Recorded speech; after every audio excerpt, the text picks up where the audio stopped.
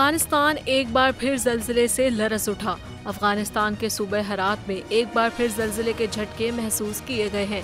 अफगानिस्तान के सूबे हरात में 9 रोज के दौरान तीसरा जल्जला आया है, जिसकी शिद्दत 6.3 रिकॉर्ड की गई है। अमरीकी जल्जला पैमा मरकज के मुताबिक जल्जले का मरकज हरात से 30 किलोमीटर शुमाल मगरिब में था। हालिया जल्जले के नतीजे में किसी जानी या माली नुकसान की इत्तला ताहाल नहीं मिली है। वाज़ेह रहे कि अफगानिस्तान में रवां माह पहला जल्जला 7 अक्टूबर को आया था, जिसके नतीजे में 4000 से ज्यादा अफराद जाँ बहक जबकि सैकड़ों जख्मी हुए थे। अफगानिस्तान में रवां माह का दूसरा जल्जला 11 अक्टूबर को आया था, जिसके नतीजे में कम से कम 100 अफराद के जख्मी होने की इत्तलात आई थी। दूसरी जानिब इमदाद इदारों का कहना है कि अफगानिस्तान के जल्जले से मुतासरा इलाकों में खाने पीने और दीगर अशियाए जरूरिया की किल्लत है।